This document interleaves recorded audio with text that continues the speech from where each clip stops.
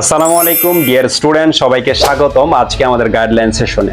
বায়োলজিতে কিভাবে বস হবা, ঠিক আছে।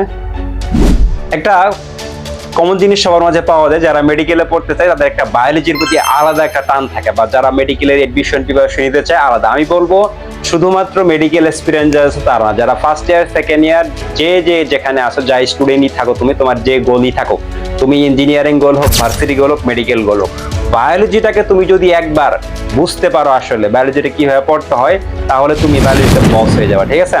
এখন কথা হচ্ছে কি কি জিনিস, চলো আমরা চলে যাই কিভাবে আমার বায়োলজি বস হবা। এক নম্বর কথা হচ্ছে যে যা পড়বা সেটা বুঝে পড়বা।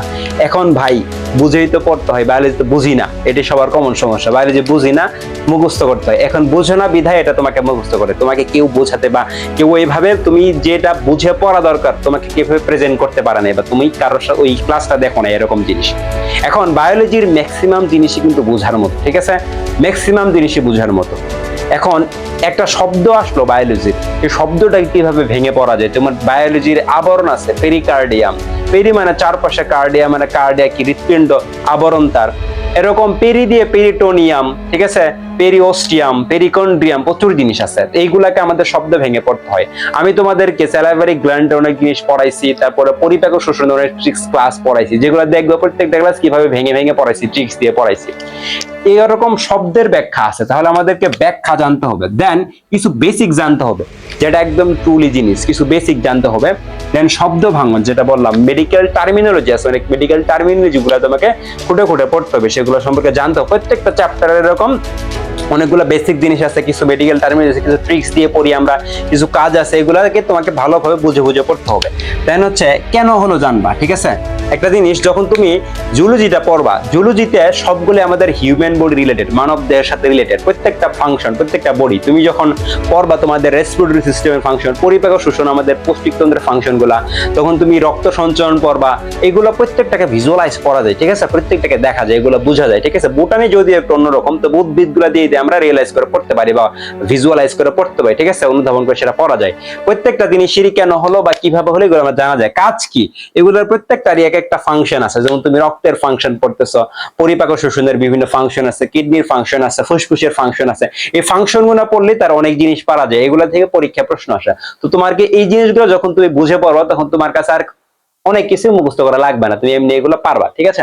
এখন দেন আসো ভিজুয়ালাইজ করে পড়া, এটা আমি অলরেডি বলে দিচ্ছি, ঠিক আছে। এই যে আমাদের মানব দেহের সাথে প্রত্যেকটা সিস্টেমের যে কাজ আছে, এই কাজগুলো তুমি ভিজুয়ালাইজ করতে পারবা, যে কিভাবে কি হচ্ছে, ঠিক আছে, অ্যানাটমিক্যালি কিভাবে এদের ফিজিওলজি কিভাবে কাজ করতেছে, ঠিক আছে, কোনটার মধ্যে বায়োকেমিস্ট্রি কেমন কাজ করতেছে, এগুলো পড়া যায়। তোমরা যারা মেডিকেল স্টুডেন্ট আছো, তোমরা কিন্তু এই যে একাডেমিক লেভেলে যা পড়তেছো, তোমাদের এইগুলারই একদম আপডেট ভার্সন এসে মেডিকেল ফার্স্ট ইয়ারে পড়বা, ঠিক আছে। তিনটা সাবজেক্ট, অ্যানাটমি, ফিজিওলজি, বায়োকেমিস্ট্রি, এখানে তোমাদের প্রত্যেকটা জিনিস ধরে ধরে, প্রত্যেকটা একদম হাতে ধরে ধরে পড়বা, ঠিক আছে। এখন তোমরা এগুলো বইতে পড়তেছো, তো আগে থেকে তুমি যদি এই জিনিসগুলো সম্পর্কে একটু নাড়াচাড়া করে, তাহলে বায়োলজি তোমার কাছে ভালো লাগবে, এই জিনিসগুলো তুমি ফিল করতে পারবা, ঠিক আছে।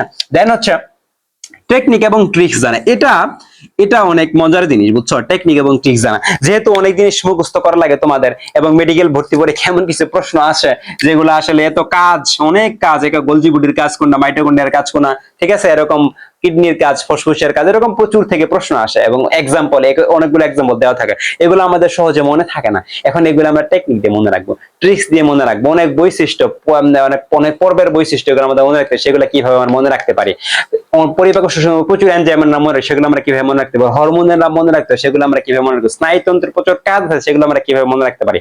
এগুলোর প্রত্যেকটা ট্রিক্স আছে, ঠিক আছে। যারা মেডিকেল প্রিপারেশন নেও, যারা অ্যাডমিশন প্রিপারেশন, তোমরা এগুলো পরে যা বুঝতে পারো, কিন্তু একাডেমিকে তুমি যদি এটা আগে থেকেই জানো, অ্যাডভান্স লেভেল প্রিপারেশন নাও, তাহলে তোমার কাছে একদম পানি ভাত হয়ে যাবে এগুলো। তখন তুমি প্রত্যেকটা কাজ নিজেই মনে রাখতে পারবো, ঠিক আছে। এগুলো তখন এমসিকিউ দেখবা, অ্যান্সার করবা, ঠিক আছে। এটা হচ্ছে আমরা এই যে আমাদের জুলজি টেকনিক মাস্টার একটা ক্র্যাশ কোর্স আছে, সেটা একদম আমরা প্রত্যেকটা চ্যাপ্টারের কি কি টেকনিক দিয়ে তুমি মনে রাখতে পারো, কি কি ট্রিক্স দিয়ে, কি কি শব্দ ভাঙন করলে ওয়ার্ড কিভাবে ভেঙে পড়া যায়, তাহলে তোমার ম্যাক্সিমাম 80% জিনিস কিছু একদম তুমি জাস্ট ক্লাস করে বুঝতে পারবা, যে এগুলা কিভাবে ইজিলি দেখলেই তোমার মুখস্থ হয়ে যাবে, এবং তুমি টেকনিক দিয়ে একবার পড়লে এগুলো আজীবন তোমার অনেকদিন মনে থাকবে, দীর্ঘস্থায়ী মেমোরি হয়ে যাবে, ঠিক আছে। যখন রিভিশন দিবা, তখন একটা ভালো মতো একটা প্রিপারেশন হয়ে যাবে। তাহলে এই জিনিসগুলো টেকনিক এবং ট্রিক্স ফলো করে পড়লে তুমি পরীক্ষা হলে ভালো করতে পারবা, এমসিকিউ তে ভালো করতে পারবা। সিকিউ তে তুমি একটা পরিফেরা পর্বের বৈশিষ্ট্য লিখতেছো, তোমার মাথার ভিতরে একটা পরে একটা আসতে থাকবে, পয়েন্ট করে 15-20টা লিখে দিলে তুমি সিকিউ তে একদম 4-4 পেয়ে যাবে, ঠিক আছে। এরকম অনেক টেকনিক আছে, এই টেকনিক্স গুলো তোমার একটু জানতে হবে, ঠিক আছে। এবার একই পড়া বারবার পড়া, এটা হচ্ছে একদম গুরুত্বপূর্ণ, এটা একদম এর উপরে কোনো ওষুধ নাই, ঠিক আছে।